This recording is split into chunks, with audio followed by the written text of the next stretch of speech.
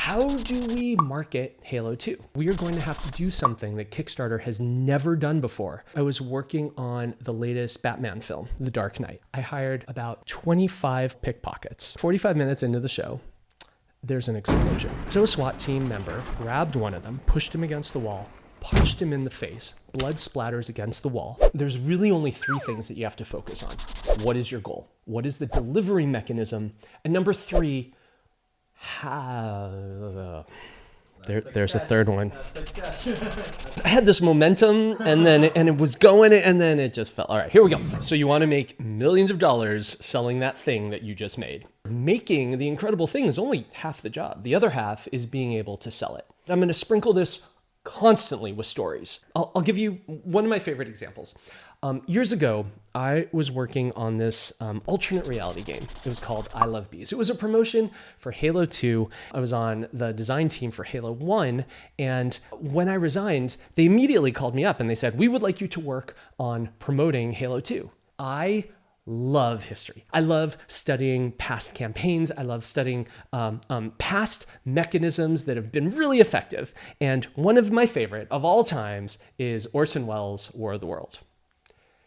I'm going to tell a quick story about Orson Welles' War of the World because it's so good. Columbia Broadcasting System and its affiliated stations present Orson Welles in The War of the World. Orson Welles did a radio play. This is back when, radio was the thing and you would listen to radio dramas audio only. So he had this story about aliens invading the Earth. Do you hear it? I'll move the microphone nearer. Here. Top is beginning to rotate like a screw, and the thing must be hollow. And they would have news reporters talking about the alien invasions and farmers encountering the aliens. Move it! Keep back there! Keep back there! Keep those men back! Keep back there! Keep those idiots back! The top's loose! Look out there! Stand back! Ladies and gentlemen, this is the most terrifying thing I've ever witnessed. Everyone going into panic and the government locking things down, and oh my God, it's the end of the world. And people bought it. People thought the Earth was being invaded by aliens because Orson Welles made a radio drama about aliens invading the Earth, and I love that so much. At the time you were giving this role, were you aware that terror was going on throughout the nation? Oh, no, of course not. Frankly, terribly shocked to learn that it did. And I thought, what if we could do that? Halo is perfect because Halo is a story about aliens invading the Earth. And so I teamed up with one of the most talented science fiction authors in the world, Sean Stewart. And so Sean wrote this beautiful story. And we cut up that story into chunks, just like any good radio drama. And we hired actors, and we recorded them, and we produced them. And it is one of the works of art that I'm most proud of in my entire career. And you should all go back and listen to the radio drama that we eventually called I Love Bees. Hold on, wait a second. What the hell just happened? Massive power interrupt. Just automatically flipped us to threat condition Bravo. Okay, when it comes to marketing, there's really only three things you have to constantly ask yourself. Number one, what is your goal? Number two, what is the delivery mechanism? And number three, what is the actual content that you are delivering? The goal is cut up into two parts. It's who and what. Who are you talking to? A lot of people, they're too generic, right? Oh, we're looking for 18 to 34-year-old, even split, male, female. There we go. We've solved the who. And that's a completely useless statistic. What you need is people who are interested in X, Y, or Z, or people who are hanging out in this place or that place, or people who have in the past behaved in this way. That's going to unlock a bunch of stuff for you. One of those things that I mentioned is like, where are they hanging out? A certain subreddit or Kickstarter or fans of the oatmeal. Here is where they hang out. Here is where they talk. The next part of your goal is the what. But when I say what, I mean, what do you want that who, what do you want them to do? What action do you want them to take? What experience do you want them to have? The way that I always break this down, we need these people to hear about this. We need these people to then dive deeper into this. We need them to then discover something new. And then ultimately that leads them to feel a sense of ownership over it. That is when a person feels empowered to go and tell their friends about it. Evangelize your marketing message in their words through them via their channels if you hit those 4 things. Now, we need them to be able to dive deeper. So that means the thing that they encounter cannot be the entirety of the message. There has to be a website, a social media site, a something, so that it's not just heard about this thing and now I'm done. Now they have to have an experience, right? Because now they have to feel like they have found a part of this that nobody has seen before. Hey, did you know that there was this other webpage? Hey, did you know there was this other social media account? Hey, did you know that if you take every 3rd word in the message, then it spells out this secret message? And now they're going to find a little something new, something that they think is unique, because now that leads to the most important step, which is ownership. This is not the message that was sent to me anymore. This is not the message that my friends told me about. This is now my message. And if you can hit that, suddenly that audience member becomes an evangelist for you. They are then going to tell their friends about it. They are going to tell their family about it. They are going to want to bring this up at dinner conversation because they just had an experience that they did not know their life was capable of. And that is when something goes viral. There's this principle in marketing called the theory of 7. Every person needs to see a message 7 times before they take any action. It's totally true. That is not our responsibility. They're going to hit the rule of 7 for you. We've got low budgets. We've got minimal exposure. That's why this is so important, because all of those marketing rules are 100% accurate, but you can't afford to do them. We're not going to try to buy 7 billboards and a radio campaign and the movie trailer. We're not going to do any of that. We're going to focus on this viral spread. The next thing we have to talk about is delivery. You need a mechanism by which your audience is going to receive the message. If your answer is, I'm going to launch a social media campaign, great, everyone's already done that. I'm not saying that's not going to work. I'm just saying, here is your opportunity to think a little bit outside the box. What other delivery mechanisms are there? Now we've got this story. Now we know the message we want to get across. How do we get this message to them? What is the delivery? I realized that at the time, keep in mind, this is 20 years ago. So there's a key difference between 20 years ago and now, which is payphones were still a thing. I noticed that like on most street corners, there's still a payphone. And in most shopping malls, there's still a payphone. And even at public schools, there's still a payphone. And so what if we took our radio drama, cut it up into little pieces, and then broadcast them over payphones? We had this distribution system everywhere, all over the world, and no one was using it. So we decided to turn it on. Turning it on is a very complicated thing. We actually had to hire armies of interns to travel around, find payphones, record their GPS locations, test that they're still working, write down their phone numbers until we developed our own database of tens of thousands of payphones and the associated phone number for each one. And we had to call every damn single one of those and automate it and make sure that each one had the right bit of content and rang at the right time. And then we had to host a website listing all the GPS coordinates of these payphones. You walk down the street, you hear a payphone ringing, you pick it up. What is my nickname? Operator? What's your squad called? Axon Hunter, Signal Corps. You want to hear the cheer first? Yes. When I say signal, you say Corps! Signal! Corps! How was that? That was excellent. What's your squad called? The Elephant? You have your cheer already. Yes, we do. Let me hear it. Elephant! That is the shortest cheer I've ever heard. Soldier, what kind of special skills will you offer my crew? I play guitar. Where is your guitar? In the trunk of my car. Put the phone down and go get your guitar. Yes, ma'am. Hold on a second. Did you hear it? I did. It was beautiful. We knew that like only 1 or 2 people are going to get to each payphone. So if you get to a phone and you answer it and you have this interaction, it would then unlock that bit of content on the website with your audio signature on it so that you get all the credit for unlocking that bit of content for the whole community. Each one of these things was like a little puzzle piece. Together, the community was spreading out, finding the pieces, pulling them back onto the website, reassembling the puzzle to achieve this beautiful, epic radio drama, unlike anything the world had ever seen. We talked a lot about the content for that, and we talked about the delivery mechanism told over payphones, but how does anyone hear about this to begin with? We had one really amazing resource, and I realize I'm spoiled by having this resource, but that is the power of Microsoft. So like you go to a movie and you watch all the trailers. One of them was for Halo 2. Even though it's a video game and not a movie, it was the first time that had ever been done. And what they let us do was for like 30 frames, not 30 seconds, 30 frames. At the end of the trailer, a quick flash of ilovebees.com sent Xbox fans sprinting for their PCs. At first glance, the website appeared to be nothing more than an amateur beekeeper's website that had been hacked. But a closer look only resulted in more confusion. What exactly was going to happen when the counter reached 0? That was the trick to get people into this experience. And then they encountered the URLs, then they encountered the GPS coordinates, then they encountered the payphones, then they encountered the radio drama. But to start that crazy avalanche, we needed a single pebble to start tumbling.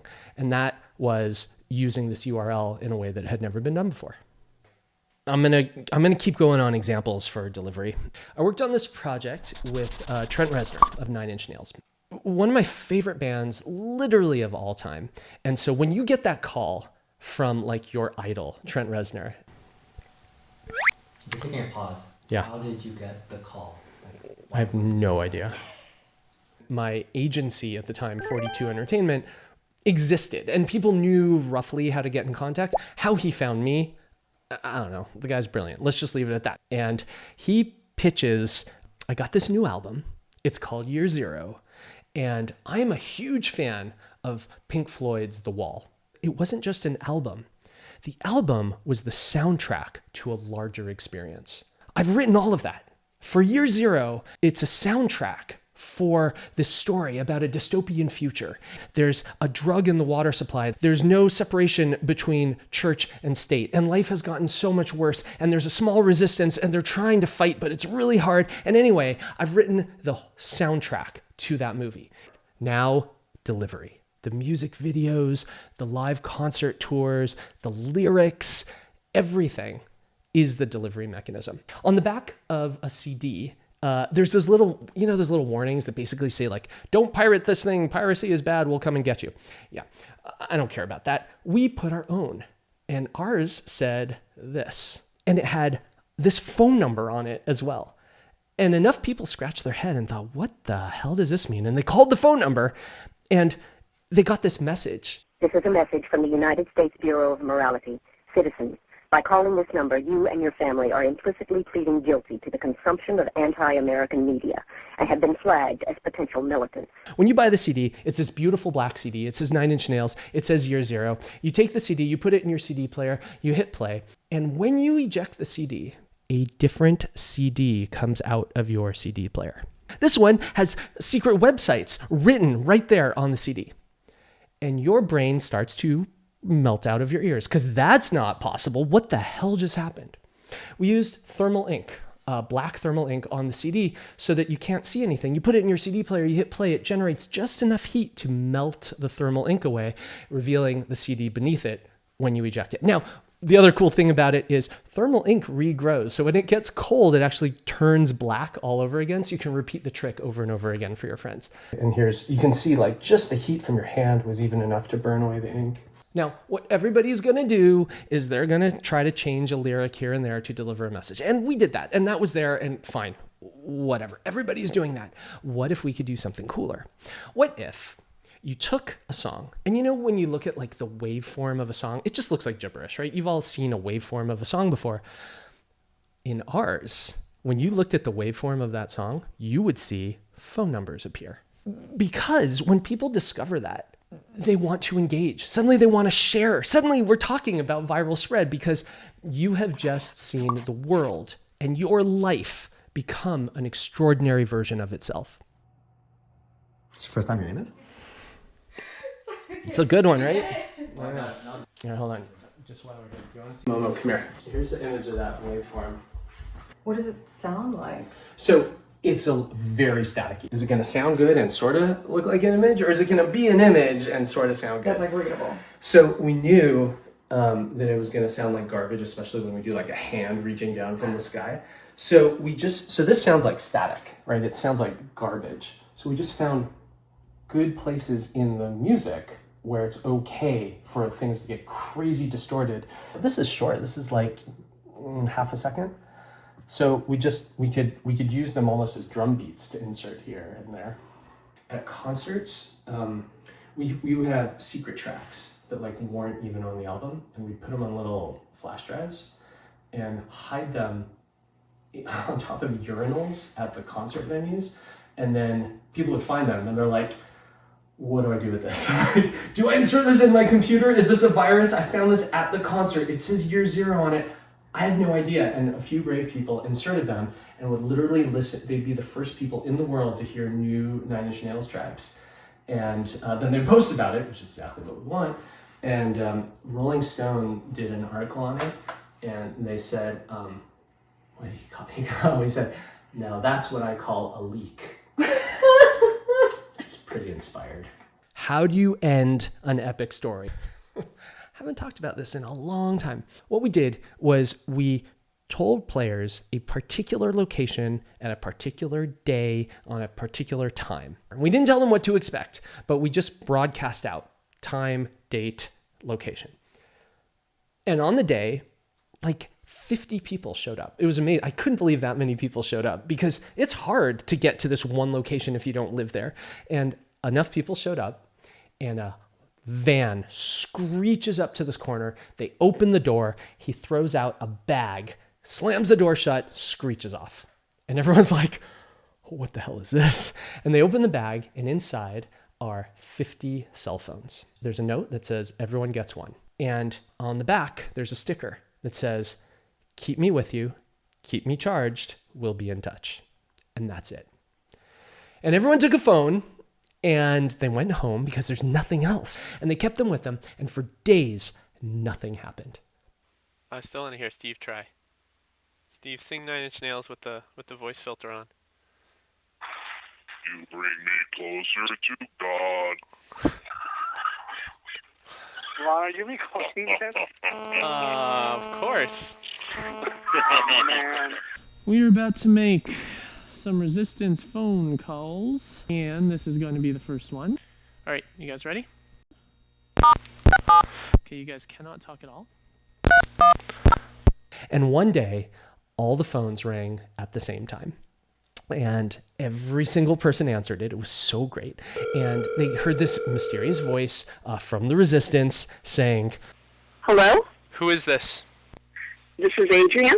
Adrian, I want you to spell your name for me. All right, it's A-D-R-I. This phone is going to gain entrance to a resistance meeting for you and one friend Wednesday night in Los Angeles. I want you to repeat that back to me. The phone is going to gain the entrance for me and one friend Wednesday night in Los Angeles. That's right. Are you over 18? Yes. Is the friend that you're going to bring with you over 18? Yes. Do you understand everything I've said to you very clearly on this phone call? Yes, I do. I want you to keep this phone with you and keep it charged and answer it next time we call. Okay, Adrian? I will. Good. And all 50 people showed up. And when they got there was a bus with blacked out windows, and we loaded all of them onto the bus and we confiscated their cell phones in advance. The bus is driving around. Turns out it was actually driving around the block multiple times, but don't tell them that. Then the bus arrives at this old abandoned warehouse, and there's like security there, and there's people up on the roofs with bulletproof vests, and it's very, very intimidating.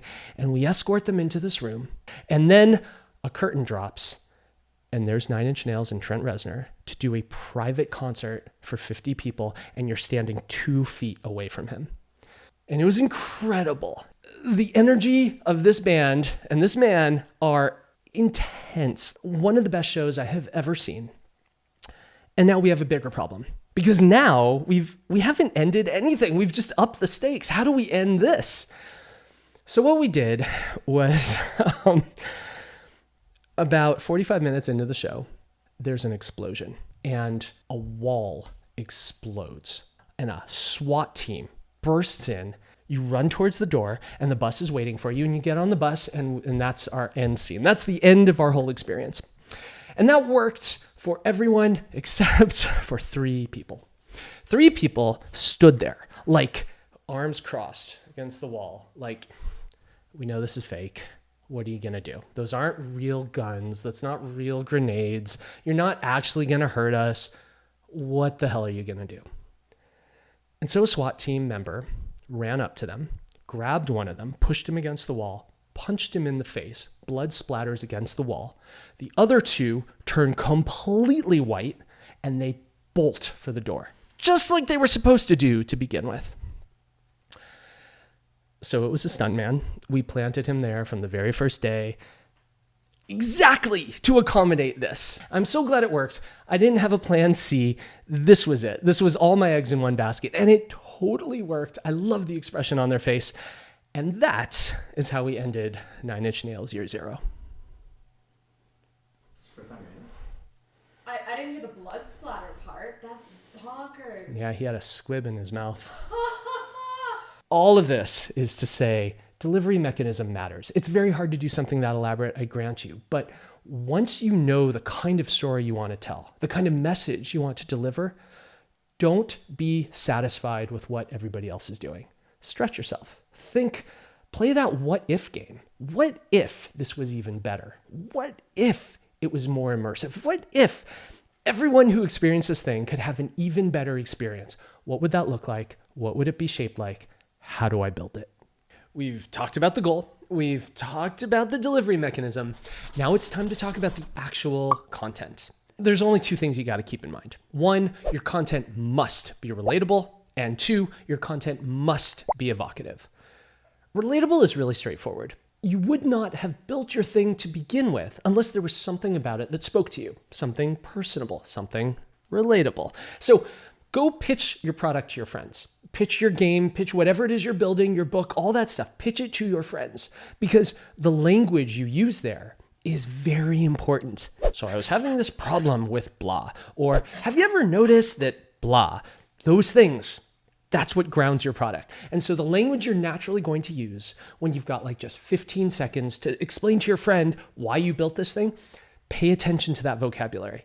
Those are the relatable terms that you want to use when you deliver your marketing message. Next, must be evocative. Your life has just become extraordinary. Whoa, I didn't know the world could do that.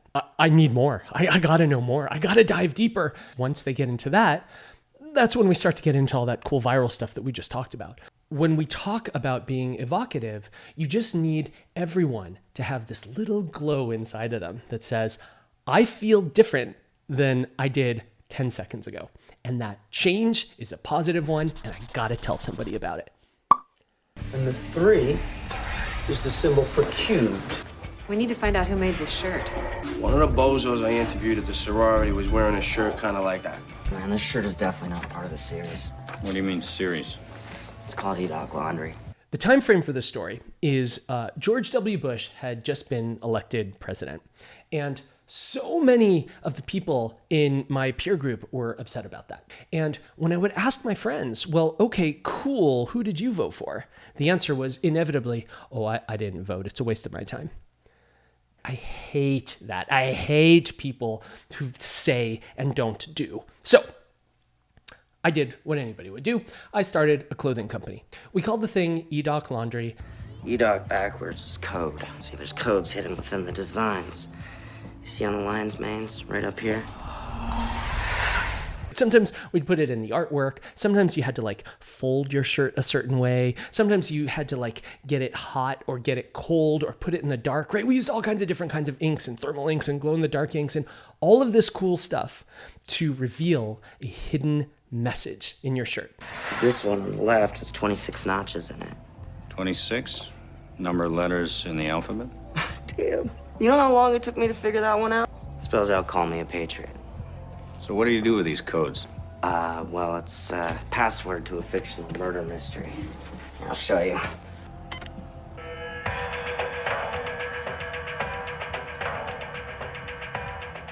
What's Poor Richard? That's the name of the band. We actually hired a band. We actually recorded an album. There's actual music by Poor Richard that you can go and buy and listen to. And then we recorded music videos, and then we actually recorded the actors in this drama, and we made a whole TV series about relatable characters. Basically, one of the guys killed another member of the group. I'm personally leaning towards the drummer. I think he did it. So, you type in the code. There you go. And you get another piece of the fictitious murder mystery. With each shirt, you get further along in the story. And it would always end in a cliffhanger, and that's great because if you want to know what happens next, amazing, go buy another shirt. The band's manager's name was George, and the lead singer's name was Jeff, and the bassist's name was Adam, and on and on I could go. George is a metaphor for George Washington. Jeff is Thomas Jefferson. Adam is John Adams. Every member of the band was actually one of the founding fathers of the United States. Our fans figured this out. And when they realized it was a real story and not a work of fiction, it mattered even more. And so when the next election came around, for my demographic, there were more registered voters than any period in history. And I like to take 100% of the credit for that. We knew we couldn't tell a story about the founding of the United States. Nobody's going to care. Nobody wants to read a history book. But I need to tell you exactly that story. So we made it relatable. You care about these band members so much. You want to know what happens next. And then when you peel back that layer of onion and you realize this is a real story, this is the actual founding of the United States, it is more evocative than most storytelling I have ever participated in because you want to know what happens next, because you want to take action. And it turns out you can. You can go register to vote. You can make a difference because now you understand more than ever what happens if you don't. We need a delivery mechanism. We talked about the content and how it satisfies the two criteria for me, but now how do we deliver it? And EDOC actually has one of my favorite examples. Here's how you market a clothing company. You go to Vegas for this thing called Magic. It's this ginormous conference and everybody wants to get your attention and there's a few buyers walking around and it's impossible to get their attention, but I don't know how to get their attention. They won't even return my calls or emails, so I can't even schedule a meeting with them. So here's what we did. We actually built a 2-story booth, the regular booth that everyone saw, and then we built a ceiling for it. And on top of the ceiling, I put a little bench and a tripod. And on top of the tripod, I put this box. And the box is called an audio laser. It sounds like it's in the one ear, and then it sounds like it's inside my skull, and then the other ear, and then it's gone. In a traditional speaker, 2 things contribute to the audio that you hear. The amplitude, or how hard the speaker pushes against the air around it, determines how loud it is. And the frequency, which is how many of these cycles it completes per second, contributes to the pitch. Sound energy travels in waves, just like ripples in a body of water, meaning that when you make sound, anybody nearby can hear Baby No Money, Forget That Melody. That's why these speakers use ultrasonic transducers instead. And what this does is it creates an audio laser. So you aim the speaker and nobody can hear it except for the person dead center of the speaker. And because everything around that signal is destructive, they can't tell where it's coming from. It sounds like it's inside their head. Coolest effect. So I bought one of these speakers. I put it on a tripod. I aimed it. I knew who the buyers were. I see them walking around. I would literally aim this speaker at them and whisper, "Come to the EDOC booth. Our clothes tell secrets." And it was like fishing, right? I would find them, I would aim at them, I would send out my line and just lure them in. Just one after the other, because they came up and they're like, "I don't know what the hell is going on. I just heard a voice in my head telling me I had to come here. So here I am." And then we would give our pitch and we would explain how everything worked and we'd show them the audio laser and the whole bit. I know exactly where they are. I just got to figure out how to reach them. There was like a direct marketing campaign for a target audience of 4 people, and we hit 100%. I'm going to tell you one of my favorite stories. This is when I was working on the latest Batman film, The Dark Knight. We knew that our audience is at Comic-Con, because of course they're at Comic-Con. The problem with Comic-Con is it is huge and noisy and busy, and how the hell am I going to reach my audience with no budget at all? I shouldn't say no budget. We had like a limited budget. I had like $15,000 total. If you've ever been to Comic-Con and you've seen these guys spend millions of dollars on their booths and marketing campaigns, you know that $15,000 is going to get you nowhere. Exactly 0 eyeballs. Doesn't matter how you spend it unless you do this. We took $10,000 and I went to the bank and I said, "Here is $10,000. I would like $10,000 in $1 bills, please." And they thought, well, that's weird, but okay, here's $10,000 in $1 bills. And I took those $1 bills And if you remember, The Dark Knight was with Heath Ledger as the Joker. And he had this phrase, why so serious? And so we registered that URL, whysoserious.com. What I wanted to do, my original plan was I want to take every one of these dollar bills and write that like crazy Joker smiley face on each one of them. It turns out that that's illegal. That's called defacing U.S. property. So we couldn't actually do that. Luckily, a lawyer caught me in time. And so instead, I printed out these stickers that we could then stick onto the dollar bills. And it was an exact replica of the dollar bill, but now with the crazy smiley face there. And instead of "In God We Trust" at the bottom, it said "Why so serious?" And I thought, instead of just handing these out, like it's handing out money, but if all I do is hand out money, it's basically me telling the audience, this has no value to me. I hope you take it.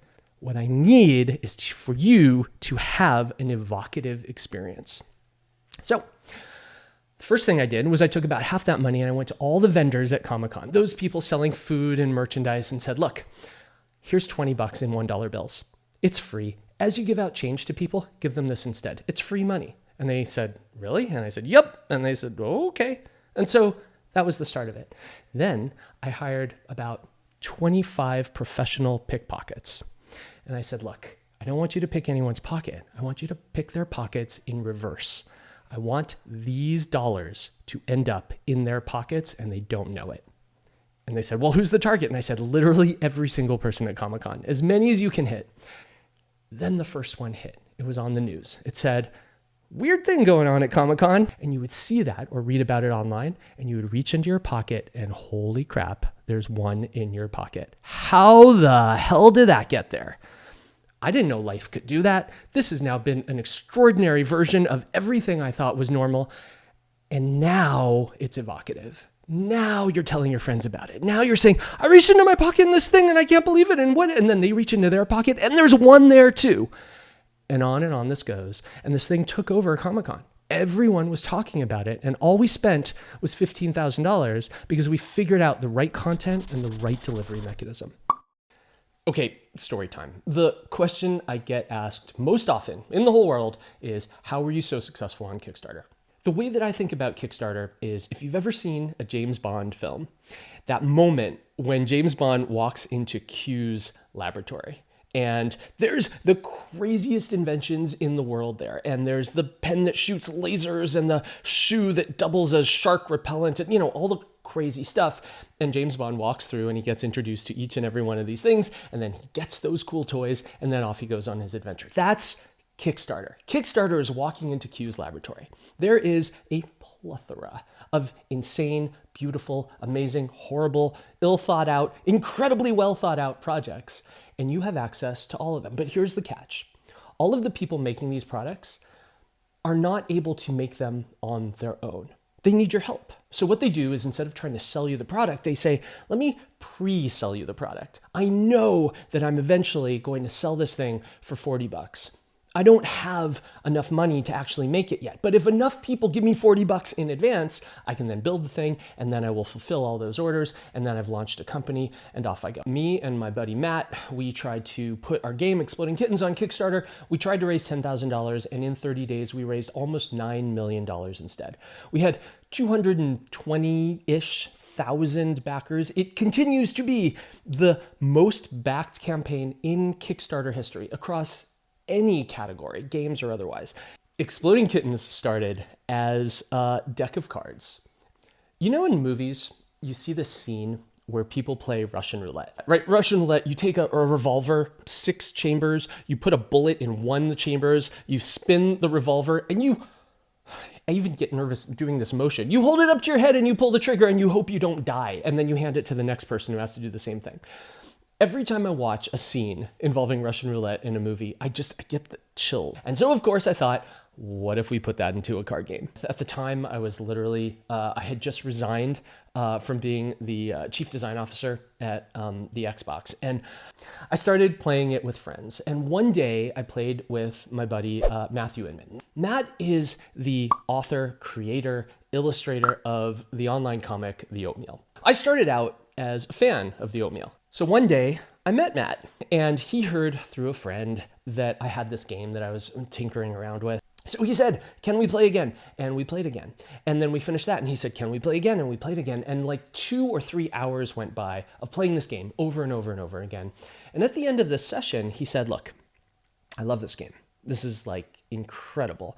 I have always wanted to make a game. I know how hard games are to make. You've really nailed it with this one. What's it called? And I said, this one is called Bomb Squad. And he said, cool. I have 2 questions for you. 1, can I join your team? And 2, can we please, God, change the name from Bomb Squad? It's so on the nose that it's almost invisible, that nobody actually is going to care about this. What if, instead of being scared of the bomb, you were scared of a cute, adorable, fuzzy little kitten? And we'll call the game Exploding Kittens instead. If Matthew Inman of the Oatmeal ever approaches you and says, 1, can I join your team? 2, I have a really creative idea that's probably better than yours, and can you adopt it? The answer to both of those questions is yes, do that thing. So now we got our game. Matt has done single panel comics for every single card in the game. We love the name Exploding Kittens. We love the gameplay. Everybody we test this game with loves it. So we decided crowdfunding would be the right thing for this game. So I have this friend, Dan Shapiro, and he has had a lot of success on Kickstarter. And I went to him and I was like, how much money should we ask for? Like, what's the right amount of money? And he said something so brilliant. Once your campaign launches, you basically don't have any control over the way people talk about your product. They're going to say whether or not they liked it. They're going to say whether or not it was a good idea. All of the press, or lack thereof, is going to be people's opinions. But you do have one bit of control, and that is how much money you're trying to raise. Because if you pick the right amount, suddenly you are seeding the titles of the articles written about you. How fast was it funded? Well, that's a great title for an article. So if you're trying to raise 10,000 and you raise 20,000, you've doubled your asking. So he said, be careful. Pick a number that's low enough that you will definitely hit it. Pick a number that's high enough that it seems ambitious. And more than anything, pick a number that's going to let you pilot the stories written about you. And we worked out the cost, and we figured that to print 200 decks would actually cost us $10,000. We chose $10,000. We built a video for Kickstarter. We built our campaign page. We put the whole thing up, and we hit go. And something kind of magical happened. We hit our $10,000 goal in 20 minutes. And then it got crazier because in the first 7 hours, we had $1 million. And then this happened.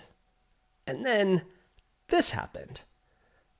And this is unheard of. And let me just be clear. This is 100% because of the Oatmeal. The Oatmeal has spent the last 10 years building this audience, getting them to trust him, getting them to understand that he is always going to put out quality stuff that's going to be amazing and make their lives better. And so when he posts to his followers, hey, for the first time in my life, I made a game and it's awesome and you're going to love it, they say, we trust you, we believe you, and they show up to the site. And that's what they did. And then we had a problem because on day 4, we did not hit that $4 million mark. Instead, our number of backers fell off a cliff. And it stayed there on day 4, and it stayed there on day 5, and it stayed there on day 6. And we realized something really important, which is all the people that Matt via the Oatmeal could bring into our site, they had already been there. They had already heard about this thing. They had already clicked the link. They had already backed the product. They had already said, I trust you. Here's $25. Use it to make the game. When the game is made, please mail me a copy. But all of those people were done. And we were looking at those numbers thinking, okay, this is it. We've got at that point, $3.5 million. Holy crap, that is insane, but we're not going to get any more. And so Matt and I sat down and we're like, all right, we got 2 choices. Choice number 1, the obvious one, just sort of ride off into the sunset. We'll ship the game. We've made more money than I could possibly imagine we would ever make. And let's just kind of let this thing go on autopilot. We'll figure out how to produce a lot more games than I thought, but that's it, we're done. And then there's option 2. And option 2 is to take advantage of a whole lot of marketing expertise and skills that the 2 of us had obtained over the years and try something that Kickstarter has never seen before. And that's what we decided to do. In order to explain this kind of ridiculous experiment we tried next, we need a little bit more context on Kickstarter.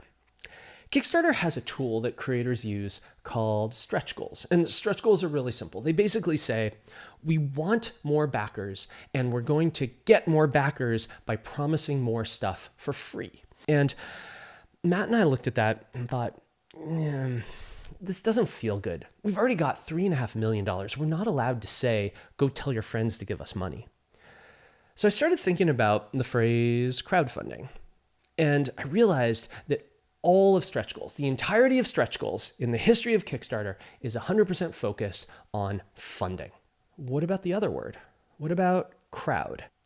And so we decided to throw the biggest party Kickstarter has ever seen, and every single person is invited. And here's what that means to us. We are never going to talk about money again. We're done. No more funding. Instead, we're going to give you, the audience, our hopefully potential backers, we're going to just tell you amazing, incredible things that you can do. And if you do those things, we will never ask you for money, but we will make the game better anyway. So, for example, one of my favorite characters in Exploding Kittens is Taco Cat. Taco Cat is incredible, not only because he's drawn so beautifully, but because Taco Cat is a palindrome. Take Taco Cat, flip it around to spell it backwards, and he's still called Taco Cat. Love Taco Cat. So we said, look, show us a bunch of pictures of a real Taco Cat. Just go have fun. How fun would it be to dress up your cat as a taco and take a picture? Show us that. And so our audience did it. My favorite one is this one. This is a woman who works at an animal shelter, and this is a cat up for adoption. And that piece of paper she is holding in her hand is a legal document that has legally changed the name of this cat to Taco Cat. So if you ever wanted a picture of a real Taco Cat, here it is, my friends. This is Taco Cat. So we asked for pictures of real beard cats, another character from our game. We then went a little bit nuts and tried completely fabricated things. What would it look like to see a picture of 10 Batmans in a hot tub? Show us a picture of 10 people wearing cat ears. So we built this huge page of achievements, and we titled that page, Look What You Did. That phrase is very important. That's not about us, that's about them. And one by one, they nailed these achievements. And every time they did, we upgraded the game for free. How do we plug that in, the who and the what, into our Kickstarter campaign? We didn't know exactly who our target audience was, but here's what we did know.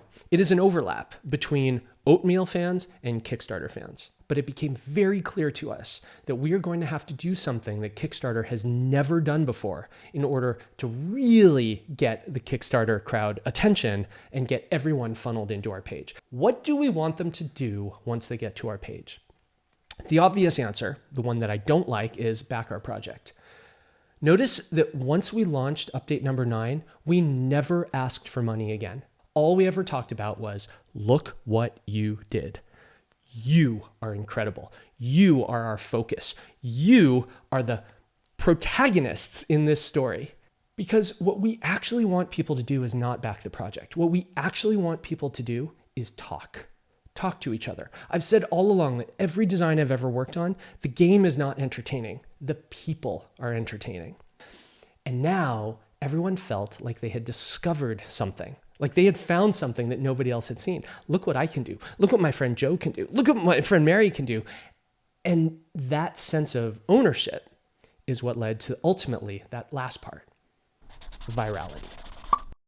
For Exploding Kittens, right after the Kickstarter campaign is over, I need this company to keep going. You go to a game convention and you build a booth. They are big and they are noisy and they are crowded. The big companies, like the giant toy and game companies, they are spending millions of dollars on their booths. And I'm showing up with no budget, right? So all I can do, and what I did my very first year, was we built this booth with a little folding table and a bunch of our games, and you walk up and you give us money and we give you the game and you walk away and you have no memory of that experience. And now we're gonna go back, and how do we improve that experience? So I started thinking about this, and I realized when you walk up to any booth in a convention center, what you're really doing is interacting with a vending machine, right? You put in the money, you push a button, you get the thing, you walk away. We thought a lot about what do you do at conferences? It's so hard to stand out because like there's so many people and so much noise. And so we thought, how crazy would it be if we took our whole team and stuffed everyone inside a vending machine costume? I took an old refrigerator box in my garage. I covered the whole thing in fur. So now we got an 8-foot tall fur-covered vending machine that looks a lot like a cat with these two giant googly eyes, and it looks adorable. And mostly when you see this thing, you just want to run up and give it a big hug. Now I've got people coming over. I just saw the big cat and I just noticed I wanted to do it. But I'm not there yet. We can do a little better. So I took one of those buttons and I said, all right, all the buttons are to choose games, but this one is called Random Item, $1. It might be a game. Maybe you just got a game for $1, or a toilet plunger, or a pineapple, or a little toy figure on a parachute, or a beach ball. You have absolutely no idea, because this machine is capable of delivering more than 2,000 random items. I hope to get whatever interesting thing they offer, honestly, because it's always just something funny. So it's 3 walls, it's covered in fur, it looks a whole lot like a vending machine, but on the backside is a space the size of like 6 phone booths, and there's 8 of us, human beings, crammed in there in hot, muggy, sticky, awful conditions. So there's 6 people in the machine at all times. They're bedazzling eggplants, they're putting googly eyes on watermelons, they're doing all kinds of crazy stuff just to make sure that our community has as much fun as they've ever had at a conference before. This is all the chaos backstage of the kitten booth.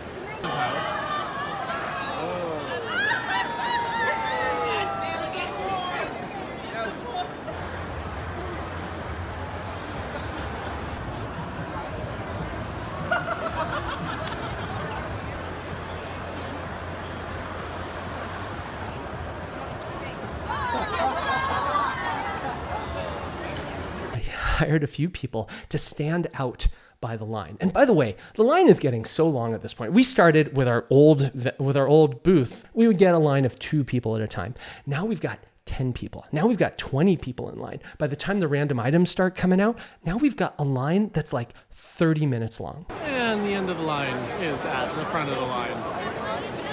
And people at conventions, they dress up, they're wearing all kinds of cosplay. It's so much fun to watch.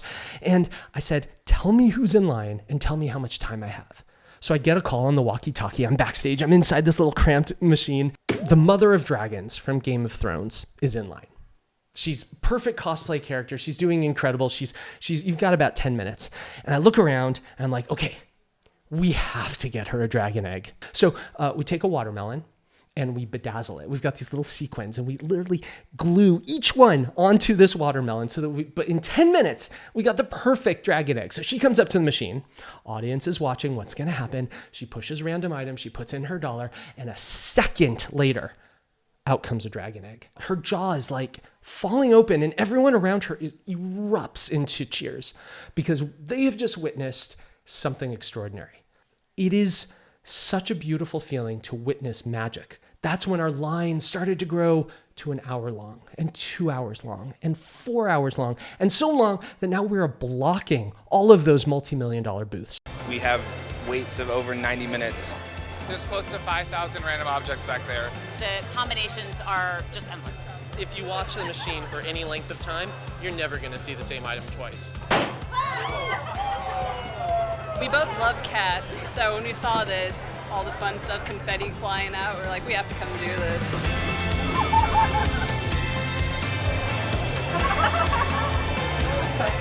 It's a pretty cool booth. Probably the best booth here. We had this kid walk up, and we heard in line as he was walking up, he was complaining to his mom because he had a costume. But he, for whatever reason, he couldn't bring it, or it got lost or damaged or something. And he was crying. He wanted his costume. And we've got like 25 rolls of toilet paper.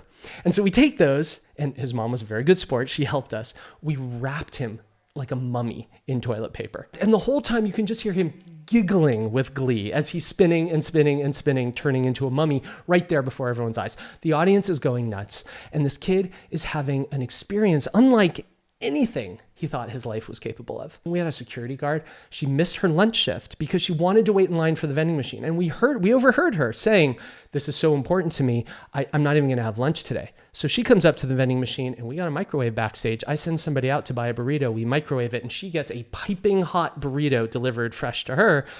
because that is what we knew would be the perfect experience. My wife and I, we had a 6-month-old baby, and I saw, completely unrelated, our nanny waiting in line. She's a huge geek. She was in total cosplay. She was having a blast, and she was waiting in line for the vending machine. Now, she has no idea I'm backstage. So I quickly call my wife and my kid backstage, and my nanny gets to the front of the line, and she puts in $1 and she pushes random item, and out comes my daughter. We literally pushed my 6-month-old child through the slot at the bottom of the vending machine and watched this poor woman lose her mind. Everyone cheered. It was this beautiful, beautiful moment. But suddenly you've got a tool to deliver magic, deliver happiness to people. All you have to do is want to do a little bit better than the time before, and then just keep repeating that. Conferences are about the audience, and we are here to engage with our audience. Don't just do what everybody else is doing. Hit those 3 goals. I promise you, you will do better than you ever thought you could. Okay, that was a lot. That was everything I have learned about marketing. Now, there's a million more side stories, and I'm happy to go in any direction you would like to hear more about. Just let me know in the comments, because I could tell stories all day long. And some of this stuff is just extraordinary. And so I'm more than happy to share. Once you have that product, unless you know how to market it, why bother to make the product? Let me know how it goes. If you've got like your favorite marketing stories, someone who's done it really well, someone who's done it really poorly, please let me know. Let's share, let's discuss. I think it's going to be a lot of fun. Did you know Orson Welles had a radio show and a TV show at the same time, and he was the producer on both of them, and they were at different studios across town in New York City, and they were like overlapping, and there was no way he could get from this one to this one in time. So he read, okay, so first observation. He noticed that when he's stuck in traffic and there's an ambulance going by with their sirens, everybody pulls over. That's interesting. So then he looks up, is it illegal for me to install a siren on a fake ambulance and ride in it? And it turns out the laws were so poorly written that the answer is, no, you can do that. It's just nobody's ever thought of it before. So he bought an ambulance, put a siren on it, and that was his transportation from one studio to the other every day. Sirens blaring, just so he could get from point A to point B faster than anybody else. Sounds like you two would get along. Oh, I love that guy so much. So much.